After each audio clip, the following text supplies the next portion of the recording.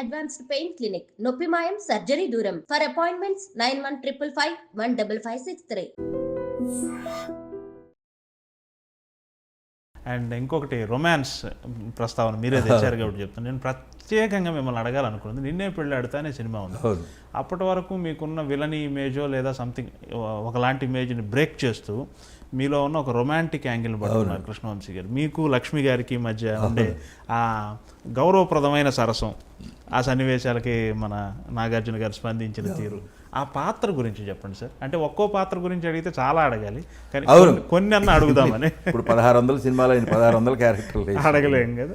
ఇప్పుడు నిన్నే పెళ్ళాడతా అండి,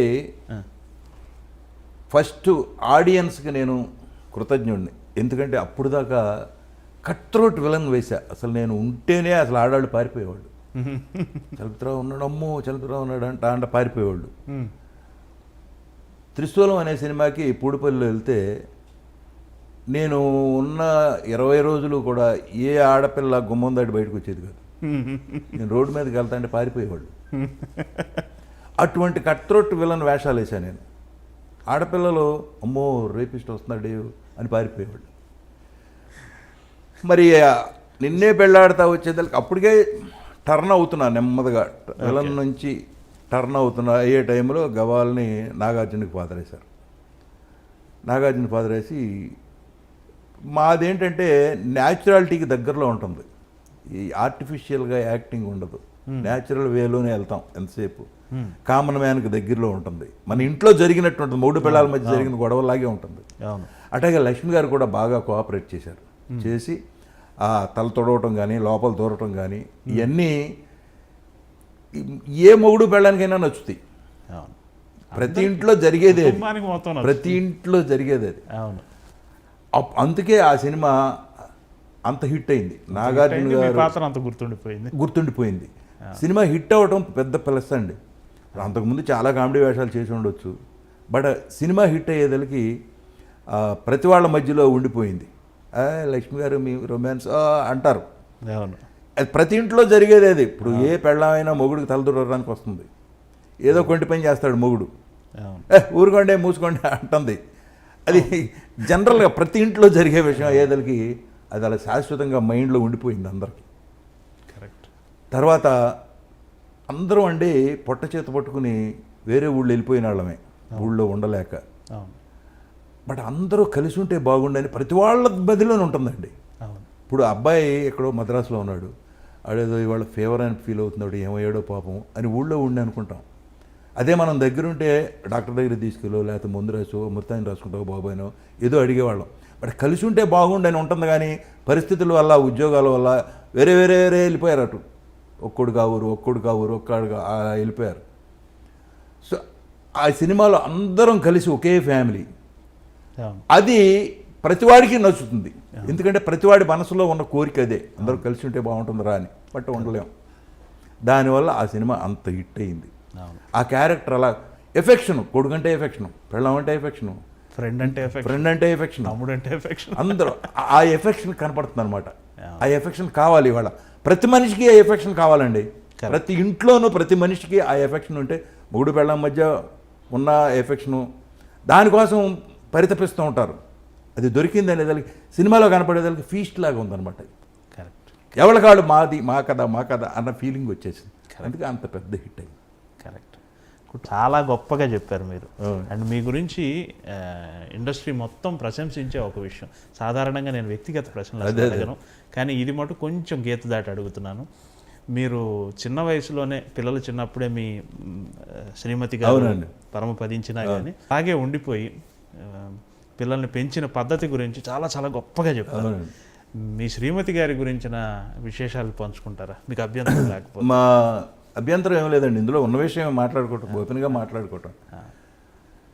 నేను ఇంటర్ చదివే రోజుల్లో మా ఆవిడ కూడా ఇంటర్ చదివేది.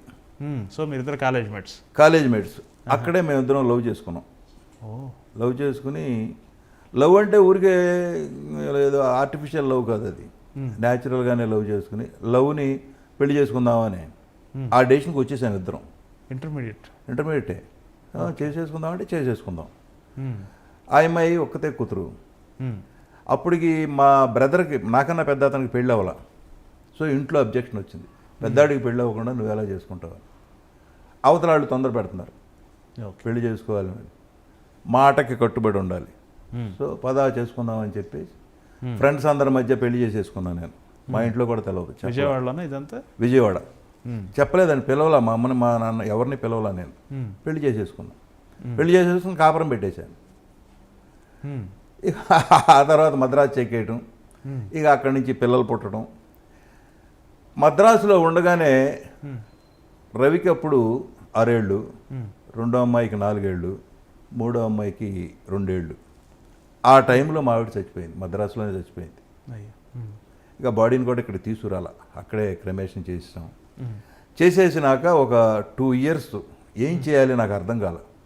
ముగ్గురు చిన్నపిల్లలు నా పక్కలోనే ఉండేవాళ్ళు, నా పక్కలోనే పడుకునేవాళ్ళు. ఒకళ్ళు పొట్ట మీద, ఒకళ్ళు ఈ పక్క, ఒకళ్ళు ఆ పక్క. ఒక చిన్న ఇంట్లో ఉండేవాళ్ళం. అప్పటికి పెద్ద డబ్బులు కూడా లేవు, తీసుకెళ్ళిన డబ్బులు అయిపోయినాయి, వేషాల రాలేదు. ఇంకా ఏం చేయాలి అని ఒక 2 సంవత్సరాలు మదన పడ్డా. చాలామంది పెళ్లి చేసుకోమని, పిల్లల్ని మేము చూసుకుంటామని ఇలా మొదలెట్టారు. ఆఖరికి రామారావు భార్య తారకమ్మ గారు కూడా వచ్చి, నాయనా పెళ్లి చేసుకో, నువ్వు లేట్ వయసులో ఓల్డ్ ఏజ్ వచ్చిన తర్వాత పిల్లలంతా పెళ్లి చేసుకుని వెళ్ళిపోతారు, నువ్వు ఒక్కడవే, మాట్లాడటానికి కూడా ఎవరో ఉండరు, కాబట్టి నువ్వు పెళ్లి చేసుకోమని చెప్పారు. రామారావు కూడా చెప్పాడు. చెప్తే నేను మెంటల్గా డిసైడ్ అయిపోయాను. నాకు చదువు రాలేదు, నా పిల్లల్ని నేను చదివిస్తా. ఒకవేళ మళ్ళీ పెళ్లి చేసుకుంటే అవి వచ్చామో చూడొచ్చు, చూడకపోవచ్చు, మళ్ళీ 3 కాపురాలు అవుతాయి. ఈ బాధపడలేమని మా అమ్మ ఇంటికాడ ఉంది. మా అమ్మని వెళ్ళి అడిగా, అమ్మ అప్పటికి మా అన్నయ్యకి పెళ్ళి అయిపోయింది, మా చెల్లెలికి పెళ్ళి అయిపోయింది, మేము 3 పిల్లలు. అమ్మ నువ్వేంటి ఈ విధంగా పిల్లల్ని చూడటానికి వస్తావా, ఓల్డ్ ఏజే అప్పటికి. వస్తాను రా, బలేవాడు రాగానే. మా అమ్మ అప్పటి వరకు రైలు కూడా ఎక్కల, విలేజ్ ఆ ఊరు దాటి రాలేదండి. మా వెళ్తే బందరు సముద్ర స్నానానికి వెళ్ళి వచ్చేవాళ్ళు. అటువంటి ఆవిడ్ని తీసుకుని సర్కార్ ఎక్స్ప్రెస్ ఎక్కించి మద్రాసు తీసుకొచ్చి 3 పిల్లల్ని అప్పచెప్పి పెంచు, నేను పెళ్లి చేసుకోను, ఎందుకంటే వీళ్ళు పెరిగి పెద్ద అయ్యేదాకా చదువు చెప్పించేదాకా నేను ఉంటాను. అలా కాదరా, నువ్వు పెళ్లి చేసుకో, నేను చూస్తాను, వీళ్ళని పెంచుతాను. పెళ్లి చేసుకోకపోతే తర్వాత చాలా ప్రాబ్లమ్స్ వస్తాయిరా నీకు అని చెప్పి, సరేనమ్మా అని చెప్పి అప్పుడు టెంపరీగా దాటేసి, అప్పుడు పిల్లల్ని ఇస్తామని వచ్చేవాళ్ళు అండి. ఎంత నాకు 27 ఏళ్ళు 28 ఏళ్ళు అప్పటికి, చచ్చిపోయేటప్పటికి వచ్చేవాళ్ళు. ఒకడైతే కూతురుని తీసుకు ఇంటికే వచ్చేసాడు, మా అమ్మాయిని ఇక్కడ వదిలిపెట్టేసి వెళ్ళిపోతాను, బాగా చూస్తుంది, దండం పెట్టి, వద్దు బాబు నా మీద ఉన్న నమ్మకానికి థ్యాంక్స్ అని. ఆర్టిస్టులో కొందరు చేసుకోమని గొడవ పెట్టేవాళ్ళు. బట్ మెంటల్గా నేను ఫిక్స్ అయిపోయాక ఆ 2 ఇయర్స్లో ఏం డెసిషన్కి వచ్చానంటే, పిల్లల్ని పెంచి పెద్ద చేయాలి. ఒకవేళ సూసైడ్ చేసుకుందామని కూడా అనుకున్నా. అయ్యో, సూసైడ్ చేసుకుంటే వీళ్ళు రేపు అడుక్కు తింటున్నారు అనుకో, చలపతిరావు పిల్లలు చూడు కనేసి వెళ్ళిపోయాడు, వీళ్ళు అడుక్కు తింటున్నారు అంటారని చెప్పేసి ఆలోచించా. సో సావకుండా వీళ్ళకి చదువు చెప్పిద్దాం, మ్యాక్సిమం చదువు చెప్పించి వాళ్ళ కాళ్ళ మీద వాళ్ళు నిలబడేది చేసి అప్పుడు చూద్దాం వ్యవహారం అని చెప్పేసి. ఎందుకు అంత డిప్రెషన్కి వెళ్ళారు? ఆర్థిక ఏం చేయాలి, పిల్లల్ని డబ్బులు లేవండి. ఒక్కొక్క రోజున బస్సు ఎక్కడానికి 10 పైసలు కూడా ఉండేవి కాదు, నడిచి వెళ్ళిపోయాడు కంపెనీలకు వెళ్ళాలంటే, వేషం అడగాలంటే. ఉన్న డబ్బులు వెళ్ళేటప్పుడు తీసుకెళ్ళాను నేను, ₹1,00,000 దాకా తీసుకెళ్ళి ఆ రోజుల్లో అండి. గ్రౌండ్ 5,000 ఉండేది అక్కడ మద్రాసులో, బట్ కొనలా. ఎందుకంటే ఎప్పటికైనా మన ఊరు వెళ్ళిపోతాం తప్ప, ఆ విలేజ్ అట్మాస్ఫియర్ అంటే నాకు బాగా నచ్చుతుందండి. విలేజ్ అంటే చాలా ఇంట్రెస్ట్. అనుకున్నాను తప్ప ఇక్కడే సెటిల్ అయిపోతాం మనం మద్రాసులో, పిల్లలు పుడతారు, వీళ్ళు పెరుగుతారు అని చెప్పి అది థాట్ రాలా. సో అందుకని చచ్చిపోదాం అనుకున్నాం ఒక స్టేజ్లో. వీళ్ళని పెంచలేము, సావలేము, ఇంతకు ఇంకా మనం వాళ్ళ మరణాన్ని వాళ్ళు బతుకుతారు మనం పోతే అనే లెవెల్కి వచ్చి మళ్ళీ ఆలోచించా. ఇలా చలపతిరావు పిల్లలు అడుక్కు తింటున్నారు, మా చచ్చి వాడు మా మీద కని వదిలేసి వెళ్ళిపోయాడు అని అంటారో, ఆ మాట పడకూడదని చెప్పేసి ఒక డెసిషన్ తీసుకునేటప్పుడు పెళ్లి లేదు, ఈ జన్మకు అయిపోయింది, ఒకసారి పెళ్ళి, ఈ పిల్లల్ని పెంచడమే మన ధ్యేయం అని చెప్పేసి అప్పుడు మొదలెట్టా. అక్కడి నుంచి వేషాలు, సంపాదన, చదివించటం, ఇదే పెట్టుకున్నాడు. వన్ ఆఫ్ ది బెస్ట్ కాన్వెంట్స్లో వేసాను అక్కడ, holy angels best convent, Hindu college. ఆ విధంగా చదివించి వాళ్ళు కూడా అలాగే చదువుకున్నారు. ఇబ్బంది పడలేదా సార్ మీరు? అంటే ముగ్గురు చిన్నపిల్లలు, చాలా ఇబ్బంది అండి. విపరీతమైన వేషాలు. కొన్ని రోజులు అయితే నిద్ర కూడా పోయేవాడిని కదా, రాత్రిపూట నిద్ర పట్టేది కాదు.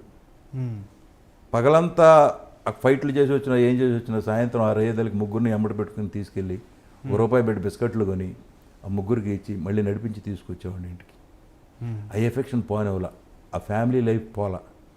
అందుకని ఆ పిల్లలు ఇవాళ 2 ఆడపిల్లలు అమెరికాలో ఉన్నారు, రవి ఇక్కడ ఉన్నాడు. రోజు ఫోన్ చేసి అడుగుతారు, ఏం చేస్తున్నావు, ఎలా ఉన్నావు. ఉమ్, ఆ ఎఫెక్షన్ పోలా, ఆ ఎఫెక్షన్ అలాగే ఉండిపోయిందండి. ఉమ్. ఆ విధంగా పిల్లల్ని పెంచి పెద్ద చేశారు, చదువుకున్నారు, హ్యాపీగా లైఫ్లో సెటిల్ అయిపోయారు. ఇప్పుడు హ్యాపీగా ఉన్నారు, పీస్ఫుల్గా ఉన్నారు. సింపుల్గా చెప్పారు కానీ చాలా కష్టమైన విషయమేనండి, చాలా కష్టమైన విషయం. కష్టమైన విషయం. ఎందుకంటే ఆ బాధ నాకు తెలుసు కదా, నేను పడ్డ బాధ. అవును. అన్ని బాధలు కూడా ఇవాళ ఆ దేవుడి దేవుడు మీకు అంత గొప్ప మంచి జీవితాన్ని, అంత మంచి గొప్ప జీవితాన్ని అద్భుతమైన ఇచ్చాడు. జీవితాన్ని, మంచి అద్భుతమైన పిల్లల్ని ఇచ్చాడు, అద్భుతమైన పిల్లలు. నేను అదే చెప్పాను. చదువు ఇచ్చాడు. దాంతో ఇవాళ హ్యాపీగా ఉన్నా భగవంతుడి కదా అన్న బెటర్. ఒక పరిపూర్ణమైన జీవితం. అవునండి. నిజంగా సార్,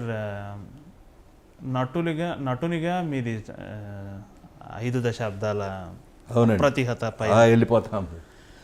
ప్రొడ్యూసర్గా కూడా మీరు గొప్ప సక్సెస్సే పొందారు.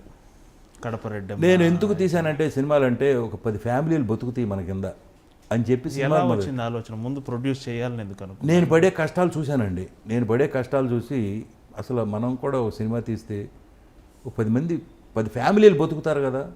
ఏ ఇయర్లో సార్ ఇది? ఏ ఇయర్ అంటే కడప రెడ్డమ్మ 92 90 ఆ రేంజ్లో అండి.